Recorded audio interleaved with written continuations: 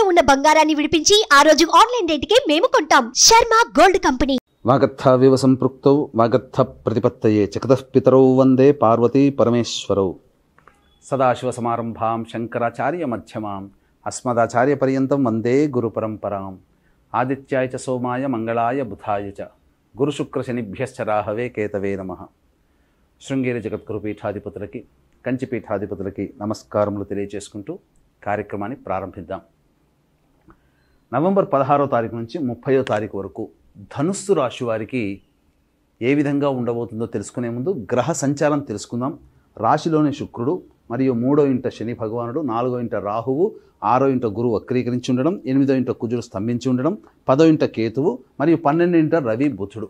ముఖ్యంగా గమనించుకున్నట్లయితే ఈ రవి మరియు రాహువు, ఇక కుజుడు, కేతువు, ఈ 4 గ్రహాల యొక్క ప్రభావం వలన కొంత ఇబ్బంది ఉన్నప్పటికీ గ్రహ గమనములు మాత్రము సంపూర్ణముగా అనుకూలంగా ఉన్నాయి. ఉన్నటువంటి 15 రోజుల్లో ఒక్క 5 రోజులు మాత్రమే ప్రతికూలమైనటువంటి ఫలితాలు. మిగతా 10 రోజులు మాత్రం ఈ ధనుస్సు రాశి వారికి చాలా చక్కగా ఉండబోతుంది. గతంలో ఉన్నటువంటి కొన్ని రోజుల కంటే ఈ 15 రోజుల్లో చాలా చక్కగా ఉంటుంది. కాబట్టి ఇక ఏమాత్రం కూడా ఆలస్యం చేయకుండా ఈ ధనుస్సు రాశి వాళ్ళు మీరు అనుకున్నటువంటి ప్రణాళికలు ఏవైతే ఉంటాయో అవి అమలు పెట్టే ప్రయత్నం చేయండి.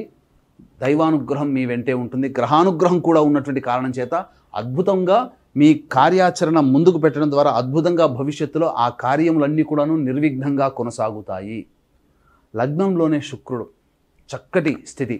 వివాహం కావాల్సినటువంటి అబ్బాయిలు అమ్మాయిలు కనుక ధనుసు రాశిలోనే శుక్ర సంచారం. వివాహం కావాల్సిన అబ్బాయిలకి అమ్మాయిలకి వివాహ యోగ్యత కలిగినటువంటి జీవితం ఉంటుంది.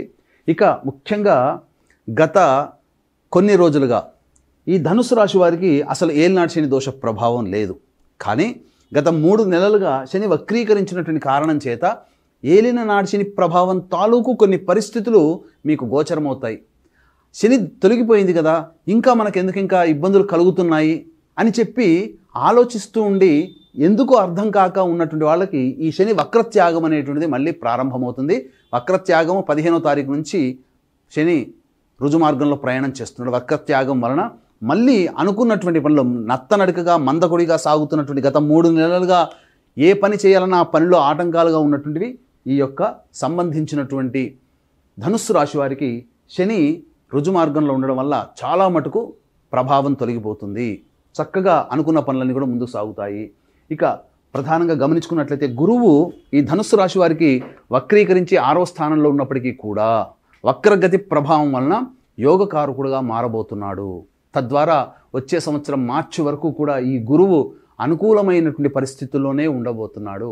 కాబట్టి ప్రతి పని కూడాను మీకు ముందుకు సాగుతుంది. మీకు తెలియని ఏదో శక్తి మిమ్మల్ని నడిపిస్తుందనే భావన మీకు కలుగుతుంది. ఎందుకనంటే సమస్యలు వచ్చినప్పుడు ఇతరులకి ఆ సమస్య, మనకు అదే సమస్య వచ్చినప్పుడు ఆ సమస్య ఎలా పరిష్కారం అయిందో తెలియక మనం సంతోషపడుతుంటున్నాం. కానీ అది గ్రహ సంచార ప్రభావం, దైవానుగ్రహం అనేటువంటిది తెలుసుకోవాలి. ఇట్టి గ్రహ సంచారం, దైవానుగ్రహం ధనుస్సు రాశి వారికి సంపూర్ణంగా ఉన్నటువంటి కారణం చేత మంచి జరగబోతుంది. కాకపోతే ముఖ్యంగా చేసేటువంటి పనులలో ఎప్పుడు కూడా డ్యూయల్గా వర్క్ చేస్తుండడం, దానివల్ల సమయం వృధా అవుతుంది.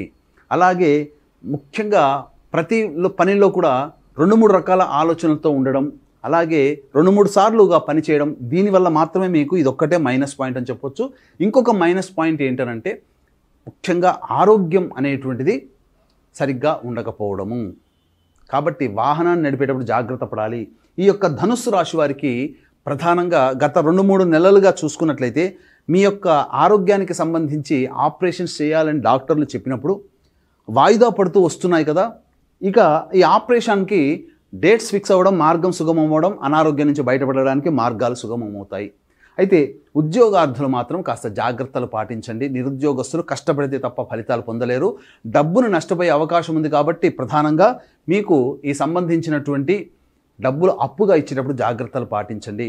ఇక ఉద్యోగస్తులైతే దూర ప్రాంత ప్రయాణానికి అనగా విదేశీయానం, విదేశీ సంబంధించినటువంటి ప్రయాణాలు లేదా దూర ప్రాంత ప్రయాణాలు చేయాలనేటువంటి ఆలోచన ఉన్న వాళ్ళకి ఈ 15 రోజుల్లో ఆ మార్గం సుగమం అవుతుంది.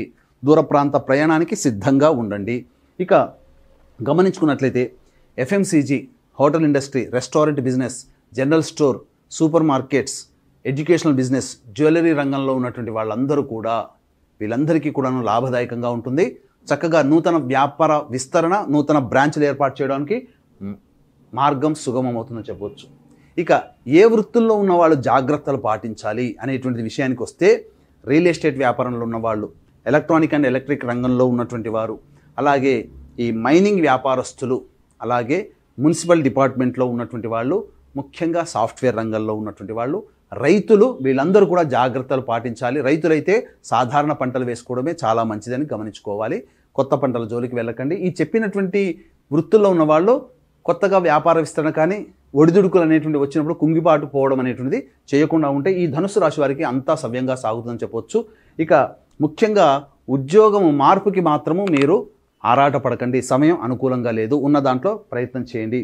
ఇక దైవానుగ్రహం అన్నీ ఉన్నప్పుడు దైవానుగ్రహంతో చక్కగా మీరు పనులు చక్కబెట్టుకుంటారు. ఇటువంటి దైవానుగ్రహం అందరికీ అందించాలనేటువంటి ఒక సదుద్దేశంతో ఈ నవంబర్ 15వ తారీఖు రోజున మహాశక్తివంతమైనటువంటి త్రిపురాంతకం, త్రిపురాసురుని సాక్షాత్తు పరమేశ్వరుడే సంహరించినటువంటి క్షేత్రం, ఆ క్షేత్రంలో నవంబర్ 15 కార్తీక పౌర్ణమి సందర్భంగా జాతకరీత్యా కలుగు విద్య, వివాహ, ఉద్యోగ, దాంపత్య, సంతాన, అనారోగ్య సమస్యల నివారణకి, మరియు వృషభ, మిథున, కర్కాటక, సింహతుల, వృశ్చిక, మకర, కుంభమీన రాశుల్లో జన్మించినటువంటి వారికి శనిదోష పరిహారార్థమై సర్వదోష నివారణ పూజల హోమాలు పర్ హెడ్ 1500 రూపాయలకి చేయించడం జరుగుతుంది. అవకాశం ఉన్నవాళ్ళు కార్యక్రమ తదనంతరం కాంటాక్ట్ చేసి గోత్రనామాలు నమోదు చేసుకోవచ్చు. అలాగే ఆఖరి కార్తీక సోమవారం నవంబర్ 25వ తారీఖు రోజున తండ్రి వైపు 6 తరాలు, తల్లి వైపు 3 తరాల్లో ఏవైనా దుర్మరణాలు కనుక ఉన్నట్లయితే వాటిని పితృదోషం అని అంటారు. ఈ పితృదోష ప్రభావం వలన పిల్లలకి పెళ్ళిళ్ళు కాకపోవడం, సంతానం కలగకపోవడం, ఏ పని కూడాను పూర్తిగా కంప్లీట్ కాకపోవడం, ప్రతి పని యందు చికాకులు ఉండడం, కుటుంబ సభ్యుల మధ్య అవగాహన ఉండకపోవడం, ఇక అనారోగ్యంతో తరచూ బాధపడుతుండడం, ఇట్లాంటి లక్షణాలు కనిపిస్తాయి. కాబట్టి ఆ దోష నివారణార్థమై ఆఖరి కార్తీక సోమవారం నవంబర్ 25వ తారీఖు రోజున గోకర్ణ క్షేత్రంలో ఈ పితృదోష నివారణ పూజలు జరపబడుతున్నాయి. కాబట్టి అవకాశం ఉన్నవాళ్ళు వాటి వివరాలు కార్యక్రమ తదనంతరం కాంటాక్ట్ చేసి తెలుసుకోవచ్చు. ఇక 16వ తారీఖు నుంచి 30వ తారీఖు వరకు నవంబర్ మాసంలో ఏ విధంగా మనకు ఖర్చులు, ఆదాయము, మానసిక ప్రశాంతత ఎలా ఉంటుందని విషయాలు తెలుసుకుందాం. 16, 17 తారీఖులో కనుక గమనించుకున్నట్లయితే దైవానుగ్రహంతో మీకున్నటువంటి సమస్యని పరిష్కరించుకుంటారు. రాని బాకీలు వసూలు అవుతాయి. మీ యొక్క ఖర్చులకి తగ్గట్టుగా డబ్బులు మీకు చేతికి అందుతాయి. 18, 19, 20 తారీఖుల్లో జీవిత భాగస్వామి, వ్యాపార భాగస్వామి మధ్య ఉన్నటువంటి ప్రపంచాలు తొలగిపోయి ఆనందంగా ఉంటారు. మీ భాగస్వామి తీసుకునే నిర్ణయం మీ భవిష్యత్తుకి మంచి జరుగుతుంది. ఈ యొక్క 18, 19, 20 తారీఖుల్లో కూడా డబ్బులు చేతికి అందుతాయని చెప్పొచ్చు. ఇక 21, 22 తారీఖుల్లో కనుక గమనించుకున్నట్లయితే వాహనాన్ని నడిపేటప్పుడు జాగ్రత్తలు పడాలి. మీ యొక్క చుట్టుపక్కల ఉన్నవాళ్ళు మిమ్మల్ని ఉద్రేకపరిచే విధంగా కొన్ని మాటలు, సూటిబోటి మాటలు అంటుంటారు. కాబట్టి తగ్గి ఉండే ప్రయత్నం చేయండి. లౌక్యంతో వ్యవహరించండి. ఖర్చులు కూడా అధికంగా ఉంటాయి. మానసిక ప్రశాంతత ఉండదు. ఇక 23, 24 తారీఖుల్లో కనుక చూసుకున్నట్లయితే కుటుంబ సభ్యులలో ముఖ్యంగా సంతానంతో విభేదాలు, సంతానం మూలకంగా ఖర్చులు, సమస్యలు పెరుగుతాయి. సంతానంతో లౌకికంగా వ్యవహరించండి. ముఖ్యంగా, మరీ ముఖ్యంగా చూసుకున్నట్లయితే వారసత్వ సంపదకి సంబంధించినటువంటి విషయాలు ఏవైతే ఉంటాయో అవి మళ్ళీ మీకు కోర్టుకు పోస్ట్పోన్లు అవ్వడం కానీ, లేకపోతే వాటి వల్ల మీకు కొంత వ్యతిరేక ఫలితాలు రావడం కానీ జరుగుతాయి. ఇక 25, 26, 27 తారీఖుల్లో నిరుద్యోగస్తులకి మాత్రం ఉద్యోగ భద్రత అనేటువంటిది, ఉద్యోగ లభ్యత ఉంటుంది. ఉద్యోగంలో ఉన్న వాళ్ళకి ఉద్యోగ భద్రత అనేటువంటిది ఉంటుంది. ధనము కూడా సహాయ సహకారాలు అందుతాయి. అలాగే మీ యొక్క కీర్తి ప్రతిష్టలు, మీ యొక్క పేరు ప్రఖ్యాతులు పెరుగుతాయని చెప్పవచ్చు. ఇక 28, 29 తారీఖులో కనుక చూసుకున్నట్లయితే అన్ని రంగాలలో ఉన్నటువంటి వారికి, ముఖ్యంగా ఈ సంబంధించినటువంటి అన్ని రంగాల్లో ఉన్నటువంటి వారికి ధనాదాయం చక్కగా ఉంటుంది. వృత్తులు, కులవృత్తులు, వ్యాపారంలో ఉన్నటువంటి వాళ్ళకి. ఇక 30వ తారీఖు రోజున మాత్రం మానసిక ప్రశాంతత ఉండదు. ఖర్చులు అధికంగా ఉంటాయి. అయితే 21, 22, 23, 24, 30వ తారీఖులో మాత్రం ఖర్చులు అధికంగా ఉంటాయి. ప్రశాంతత లోపిస్తుంది. కాబట్టి జాగ్రత్తలు పాటించండి.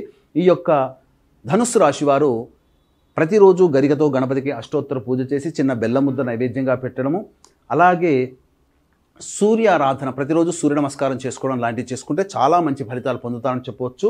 ఇక ఇప్పుడు చెప్పబడినటువంటి గోచారరీత్యా ఉండేటువంటి ఫలితాలకి దీనికి విభిన్నంగా మీ యొక్క పరిస్థితులు ఉన్నాయి అంటే జన్మకుండలి రీత్యా జరిగే దశాంతర దశల ప్రభావం వల్ల. కాబట్టి దగ్గరలోని మంచి ఉపాసనా పొరలేని పండితుల్ని సంప్రదించి వారి సలహాల సూచనలు కనుక పాటిస్తే మరింత మెరుగైనటువంటి స్థితిలో ఉంటారని భావిస్తూ సర్వం శ్రీ ఉమామహేశ్వర పరబ్రహ్మార్పణమస్తు.